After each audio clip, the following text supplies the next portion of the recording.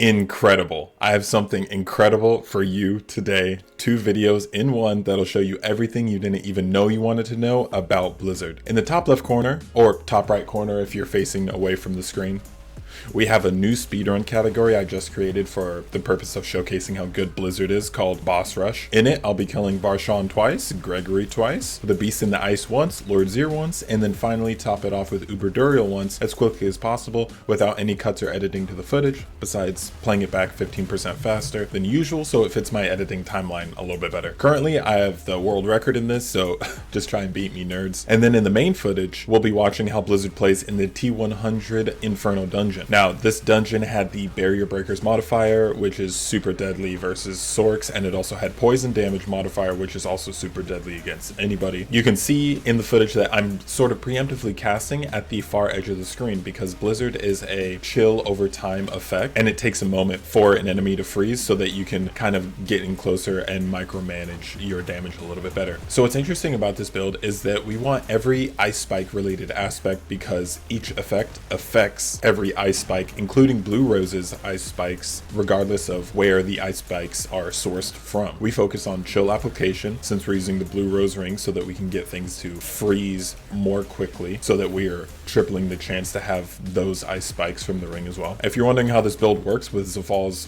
Corroded Signet, because Blizzard does count as a cold damage over time, it does work. You can use both Blue Rose and Zafal's at the same time. However, you're going to have some serious mana problems and not be able to cast enough to be able to do what you're seeing on screen right now. But you'll be doing the dumbest damage like ever. It's actually insane since Blizzard's lucky hit chance is so ridiculously high. Like in the video, my lucky hit chance is roughly 51% with Blizzard. If there ever comes a time when there's a piece of armor that solves all of Sorc's mana issues, this will instantly become the best overall build in the game. Quote me on that. And currently, you could be using Tybalt's Will to do that exact same effect. However, if you don't have total armor as Sorc on your helmet, chest piece, pants, and necklace, you're gonna have a really difficult time actually hitting the amounts of armor you need in order to do tier 100 dungeons. And moving forward, when there's higher tier content in the game, like the Abattoir of Zir dungeon, it's gonna be extremely important that you don't get just immediately one shot by every mob. Like you can tell in the video, I roughly have like 14k, 15k armor in the video when Disobedience is fully stacked, and I still have a tough time. So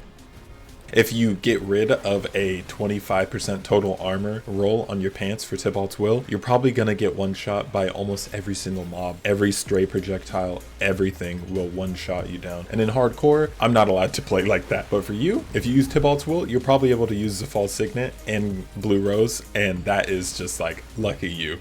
Tell me how it goes. But for now, Blue Rose does more damage than Zafal's, so we use that. Plus, it's more thematic for the role players out there. You know who you are. We use the Chain Lightning strategy for spoofing our mana with the Chain Lightning enchantment, Recharging Aspect, and Invigorating Conduit trio, alongside the Avalanche key passive to give us extra free casts of Blizzard. We don't take the Avalanche aspect though because we're scaling Ice Spikes using Blizzard, and that's where the crux of the build becomes so apparent. Ice Spikes does not count as a skill or direct damage, but as something else entirely. So this affects the affixes we want on gear, and which legendary nodes we take in the Paragon board, and which vampiric powers we actually want. Probably the most unintuitive part about this build is that intelligence is not a useful stat outside of providing the requirements for rare nodes in the Paragon board for their bonus effects. Its skill damage bonus doesn't affect ice spikes whatsoever. We use the Frozen Orb enchantment because of its chilling potential and the fact that it will give us some mana back when it explodes around frozen enemies, and as we talked about before, this is pretty integral to the build. But more than anything, we like having a more instant and proactive approach to freezing because Blizzard is a chill over time effect, and ice spikes don't always proc immediately when you want them to, so it's just safer to be using Frozen Orb enchantment as well. I tried using the Frostbolt enchantment, but that's actually what made me realize that ice spikes wasn't direct damage or a skill. So yeah, I would have used Frostbolt enchantment instead of Frozen Orb because everything would have been frozen instantly. We use the Deep Freeze and Blizzard aspects because they increase the damage of the build by a ton, making sure to put the Blizzard aspect on our Ami because the base damage and the multiplicative damage parts of the aspect are both increased by 50%. You might think that staff will be better, and that's what I thought too at first, but then I started thinking, oh, with a wand and an offhand, we'll be attacking 20% faster with a wand, have more lucky hit chance for proccing Blue rose and get another offensive aspect on our offhand, and the setup showcased is definitely going to be the best option after taking all that into account. And after extensive testing, I can finally say I'd rather use the aspect of Frozen Wake instead of the conceded aspect, both for DPS reasons and because of CC reasons. But this whole video, unfortunately, I'm using conceded aspect on my wand.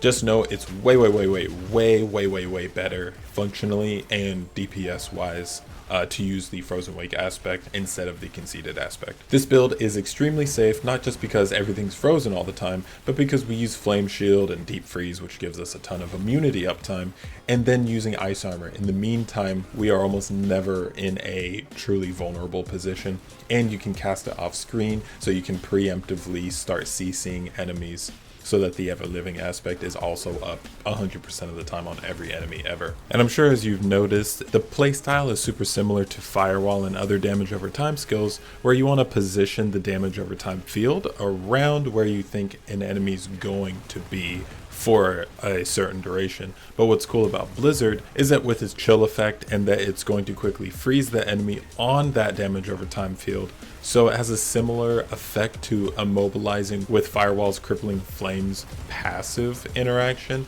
however much more reliably, much more guaranteed, and much more controllably. It takes a little bit to get used to the aiming portion of the build because it's not as visually readily understandable as with Firewall. And you can see here in the video, the game is trying everything it can to kill me. I somehow procced 2 Bloodseekers in a tier 100 dungeon with dangerous modifiers. The one that was off screen when I retreated, when I tactically retreated, I didn't run away, I tactically retreated, got killed by the stray blizzards that were still ticking, because the blizzard does last a hell of a long time, especially when it's cast above 50 mana. It lasts 12 seconds. The total damage per click on blizzard, I estimate it to be over 1 million. So every time you click, eventually, like if most ice spikes hit, it's probably going to be over 1 million damage just from one click. And so when you start spamming it a lot, that's going to be a lot of damage stacking up over time. And that damage is further increased when an enemy is frozen or anything like that. So it's just wild. In the boss rush video, I accidentally pour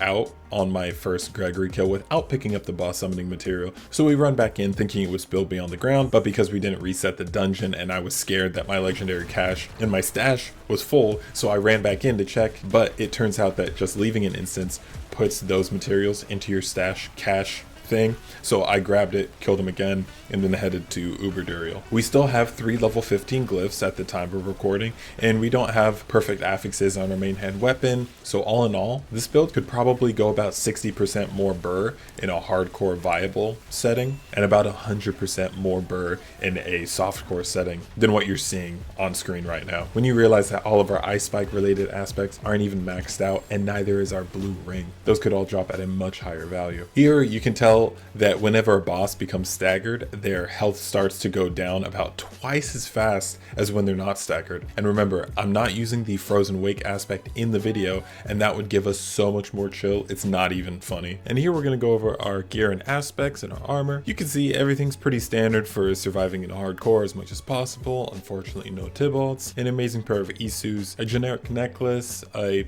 pretty top end blue rose, and a pretty top end aspect for Blizzard. And then here you see that we have conceded instead of the Frozen Wake aspect. Don't make the same mistake I did. Make sure you're using Frozen Wake instead of conceded. Trust me on that. And then we have the Accursed Touch Prey on the Weak combo. Then we have a Ravenous in order to get us up to our maximum attack speed possible. And then we have Hemomancy for the sustain, as well as the added damage is really nice. And then we have Domination. Here we'll go over the skill tree really quickly. The top areas, we just want 1 point in Frozen Orb and Chain Lightning with their most useful perks behind them. Here we have level 1 Blizzard. Because we're not actually scaling Blizzard, we're scaling ice spikes using Blizzard. We're using Avalanche, of course.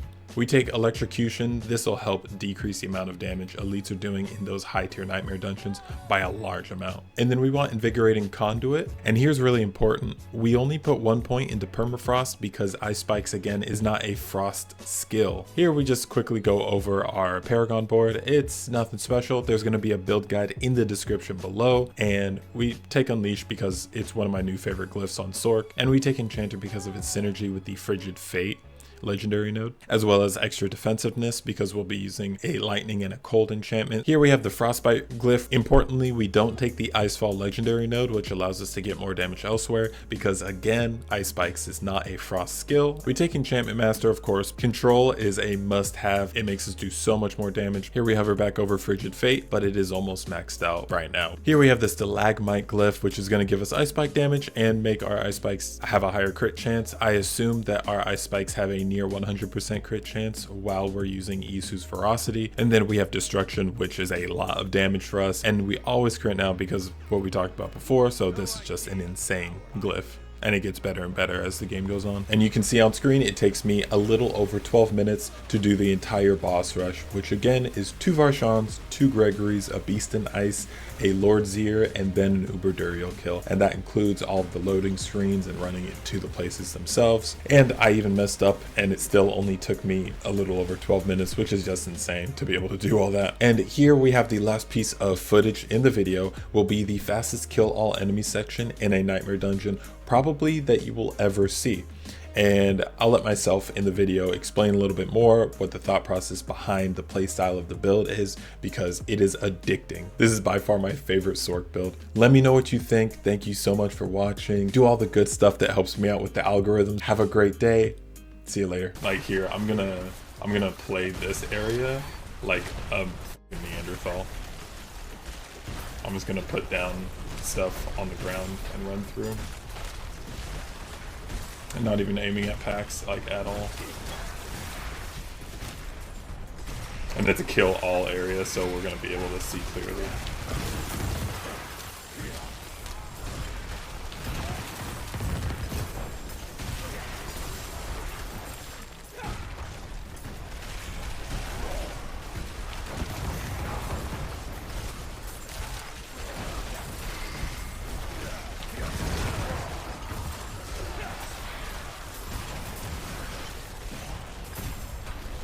I want this to work. Oh, it is. What I'm doing right now? Yeah, that was like the fastest kill all. You literally just ran in a circle. Wasn't that sick?